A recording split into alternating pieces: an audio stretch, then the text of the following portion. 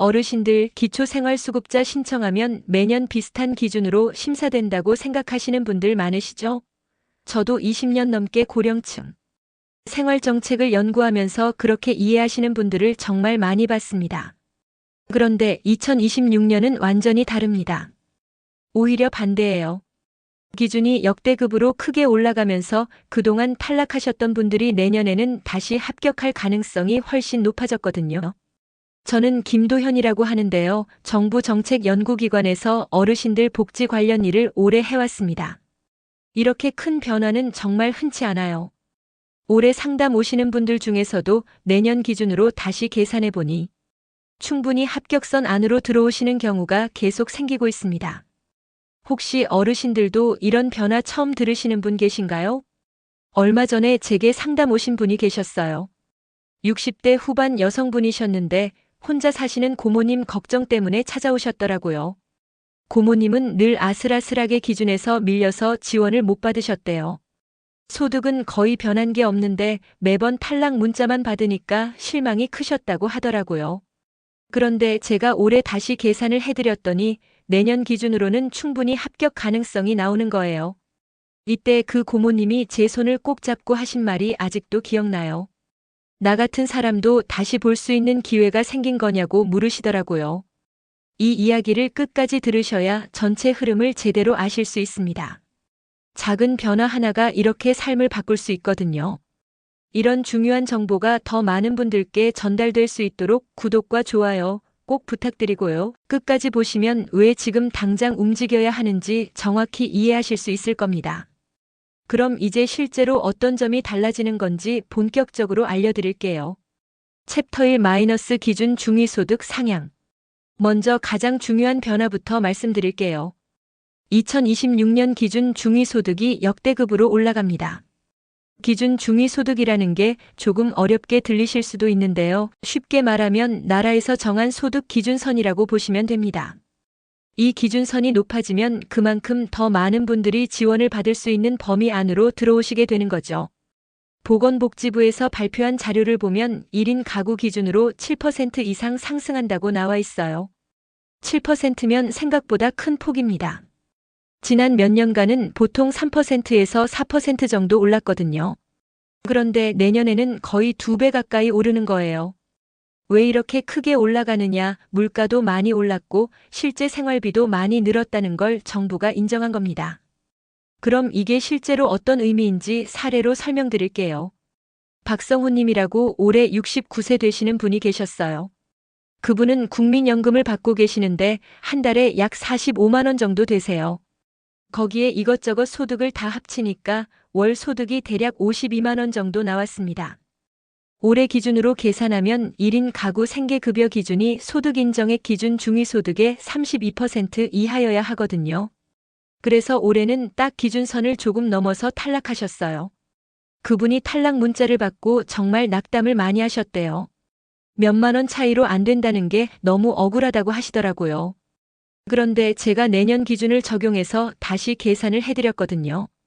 기준 중위소득 자체가 올라가니까 32%로 계산했을 때 합격 가능한 소득 범위도 함께 올라가는 거예요. 그러니까 그분 소득 52만 원이 내년 기준으로는 합격 범위 안에 들어오게 된 겁니다. 그분이 그 말씀 듣고 정말 놀라셨어요. 본인 소득은 그대로인데 기준이 올라가니까 합격이 된다는 게 처음엔 잘 이해가 안 되신다고 하시더라고요. 그래서 제가 천천히 다시 설명을 드렸죠. 올해는 기준선이 낮아서 그분이 기준선 위에 있었던 건데 내년엔 기준선 자체가 올라가니까 그분이 기준선 아래로 들어오게 된다고요. 마치 계단 높이가 올라가니까 그분이 서 계신 위치가 상대적으로 낮아진 것과 같다고 비유를 해드렸더니 그제서야 이해하시더라고요. 그분은 바로 다음 주에 주민센터에 가셔서 내년 기준으로 다시 확인해달라고 말씀하셨대요. 담당 공무원분도 기준이 많이 올라가서 재신청하시는 분들이 많다고 하시더래요. 그리고 실제로 몇 주 뒤에 합격 통보를 받으셨습니다. 그분이 저한테 전화 주셔서 정말 고맙다고 포기하지 않고 다시 신청해서 너무 다행이라고 하시더라고요. 혹시 어르신들 중에서도 올해 기준으로만 판단하고 포기하신 분 계신가요? 내년 기준은 완전히 다릅니다. 올해 탈락하셨더라도 내년엔 충분히 가능성이 있으세요. 주민센터에 가실 때 꼭 내년 기준 중위소득표를 달라고 하셔서 본인 소득과 비교해 보시기 바랍니다. 올해 기준표만 보시면 안 돼요. 내년 기준표로 다시 계산하셔야 정확합니다. 챕터 2 마이너스 생계급여 82만 원 시대. 두 번째로 중요한 변화는 생계급여 금액 자체가 올라간다는 겁니다. 기준 중위소득이 올라가면 생계급여 금액도 자동으로 함께 올라가거든요. 현재 1인 가구 생계급여가 한 달에 약 78만 원 정도인데 내년에는 82만 원 전후로 예상됩니다. 4만 원 정도 더 받으시게 되는 거죠. 4만 원이 작게 느껴지실 수도 있는데요. 한 달로 보면 4만 원이지만 1년이면 거의 50만 원 가까이 되는 금액입니다. 어르신들한테 50만 원이면 결코 작은 돈이 아니잖아요. 병원비로 쓰셔도 되고 생활비 보태셔도 되고요. 국가 재정 전망 자료를 보면 생계급여 상향 계획이 함께 발표되었어요. 물가가 많이 올랐으니까 그에 맞춰서 지원도 늘리겠다는 정부 방침입니다. 그런데 여기서 많은 분들이 오해하시는 부분이 있어요. 본인한테 소득이 조금이라도 있으면 생계급여를 아예 못 받는다고 생각하시는 거예요. 그게 아닙니다. 소득이 있어도 일정 금액은 차감해주고 계산을 하거든요. 특히 근로소득이나 사업소득 같은 경우는 30%를 기본 공제해줘요. 그러니까 실제로 벌어들이는 금액보다 적게 잡아서 계산을 한다는 얘기죠. 김은자님이라고 72세 되시는 분 사례를 말씀드릴게요. 그분은 아파트 경비 일을 하시면서 한 달에 약 15만 원 정도 소득이 있으셨어요. 그래서 본인은 소득이 있으니까 생계급여는 절대 못 받을 거라고 생각하셨대요. 그런데 제가 계산을 해드렸더니 전혀 그렇지 않았어요. 그분 소득 15만 원 중에서 30%를 공제하면 실제로 소득 인정액에 반영되는 건 10만 5천 원밖에 안 되거든요. 거기에 국민연금이 월 20만 원 정도 있으셨는데 국민연금도 일부는 공제가 됩니다. 그래서 전체 소득 인정액을 계산해 보니 약 28만 원 정도 나왔어요. 올해 기준으로는 조금 애매했는데 내년 기준으로 계산하니까 충분히 생계급여를 받으실 수 있는 범위 안에 들어오시는 거예요. 그분이 그 말 듣고 정말 반신반의하셨어요. 본인이 일을 하는데도 생계급여를 받을 수 있다는 게 믿기지 않으신다고 하시더라고요. 그래서 제가 설명을 드렸죠. 정부에서도 일하시는 어르신들을 응원하는 마음에서 소득 공제를 해주는 거라고요. 일을 하신다고 해서 지원을 아예 안 해주는 게 아니라 일하시는 걸 감안해서 계산을 다르게 해주는 거라고 설명을 드렸더니 그제서야 이해하시더라고요. 그분은 다음 달에 바로 주민센터에 가셔서 신청을 하셨어요. 담당자분이 소득 내역을 다 확인하시고 공제 금액도 계산해 주시더래요. 그리고 한 달 반 정도 지나서 합격 통보를 받으셨습니다. 지금은 한 달에 생계급여로 약 54만 원 정도 받으시면서 경비일도 계속하고 계세요. 본인이 벌어들이는 15만 원까지 합치면 한 달 수입이 거의 70만 원 가까이 되니까 생활이 훨씬 나아졌다고 하시더라고요. 혹시 어르신들 중에서도 소득이 조금 있다고 아예 신청조차 안 해보신 분 있으신가요? 절대 그러시면 안 됩니다. 소득이 있어도 공제가 되는 부분이 많거든요. 주민센터에 가셔서 본인 소득 내역을 다 가져가시고 차감되는 금액까지 꼭 계산을 받아보세요. 생각보다 훨씬 낮게 잡힐 수도 있습니다. 챕터 3 마이너스 부양 의무자 기준 완화. 세 번째로 정말 중요한 변화가 있어요. 바로 부양 의무자 기준이 사실상 폐지된다는 겁니다. 부양 의무자라는 게 쉽게 말하면 자녀나 배우자를 뜻하는데요. 지금까지는 본인 소득이 적어도 자녀 소득이 많으면 탈락되는 경우가 정말 많았거든요. 그런데 이제는 그런 기준이 대부분 사라집니다. 정부가 공식적으로 부양 기준 완화를 발표했어요. 왜 이렇게 바뀌느냐? 요즘은 자녀들도 자기 생활하기 바쁘고 부모님 경제적으로 지원해드리기가 쉽지 않은 상황이 많잖아요. 그런데 제도는 옛날 방식 그대로 자녀 소득을 따져서 어르신들을 탈락시키니까 불합리하다는 지적이 계속 있었던 겁니다. 그래서 드디어 이 부분을 대폭 손을 본 거예요. 최명자님이라고 75세 되시는 분 이야기를 들려드릴게요. 그분은 혼자 사시는데 아들이 한 분 계세요. 아들분이 회사 다니시면서 월급을 받는데 한 달에 대략 350만 원 정도 되신대요. 그 아들분도 본인 가정이 있고 아이들 키우느라 여유가 별로 없으세요. 가끔 명절 때 용돈 드리는 게 전부고 매달 생활비를 지원해 드리기는 어려운 형편이라고 하더라고요. 그런데 올해까지만 해도 이 아들 소득 때문에 어머니인 최명자님이 생계급여 신청해서 계속 탈락하셨어요. 본인은 국민연금 30만 원밖에 없는데도 불구하고요. 그분이 정말 억울해하셨어요. 아들이 자기한테 돈을 주는 것도 아닌데 아들 월급 때문에 본인이 지원을 못 받는다는 게 말이 안 된다고 하시더라고요. 그래서 3번이나 신청했다가 탈락하시고 결국 포기하고 계셨던 거예요. 그런데 제가 그분한테 내년에는 상황이 완전히 달라진다고 말씀을 드렸어요. 부양 의무자 기준이 거의 사라지니까 아들 소득은 이제 거의 보지 않는다고요. 특수한 경우 예를 들어서 아들이 연소득이 1억 원이 넘는다거나 고액 자산을 가지고 있는 경우에만 일부 적용이 되는데 그분 아들은 그 정도는 아니니까 걱정 안 하셔도 된다고 설명을 드렸죠. 그분이 그 말 듣고 눈물을 글썽이셨어요. 그동안 아들 때문에 본인이 혜택을 못 받는다는 게 너무 마음이 아프셨대요. 아들한테 미안한 마음도 있으시고 또 한편으로는 억울한 마음도 있으셨던 거죠. 그런데 이제는 그런 걱정 안 하셔도 된다니까 정말 안도하시더라고요. 그분은 올해 말에 다시 신청을 하셨어요. 이번엔 부양 의무자 소득 자료는 아예 준비할 필요도 없었대요. 담당 공무원분이 이제는 자녀 소득은 거의 안 본다고 하시면서 어머니 본인 소득과 재산만 확인하셨다고 하더라고요. 그리고 한 달 후에 합격 통보를 받으셨습니다. 지금은 한 달에 생계급여 받으시면서 훨씬 안정적으로 생활하고 계세요. 혹시 어르신들 중에서도 자녀 소득 때문에 탈락했던 경험 있으신가요? 이제는 그런 걱정 안 하셔도 됩니다. 자녀가 아무리 월급을 많이 받아도 어르신 본인이 독립적으로 생활하시고 실제 지원을 못 받고 계시면 수급 자격이 주어지는 겁니다. 과거에 자녀 문제로 탈락하셨던 분들은 반드시 다시 신청하세요. 상황이 완전히 바뀌었습니다. 챕터 4 마이너스 재산 기준 완화. 네 번째 변화는 재산 기준이 완화된다는 겁니다. 재산 기준이라는 게 집, 자동차, 예금 이런 것들을 말하는데요. 특히 자동차나 전세, 월세 기준이 많이 달라집니다. 전국 평균 주거비가 많이 올랐잖아요. 그래서 정부에서도 재산 산정 기준을 상향 조정한다고 발표했어요.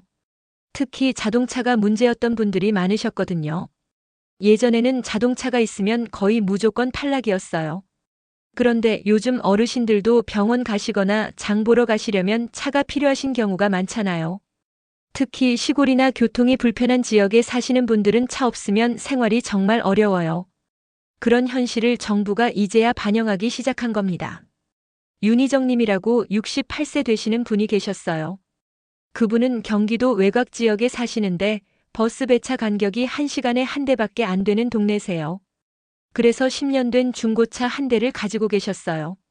배기량도 1600 정도 되는 작은 차고 시세도 한 300만 원 정도밖에 안 되는 차였어요.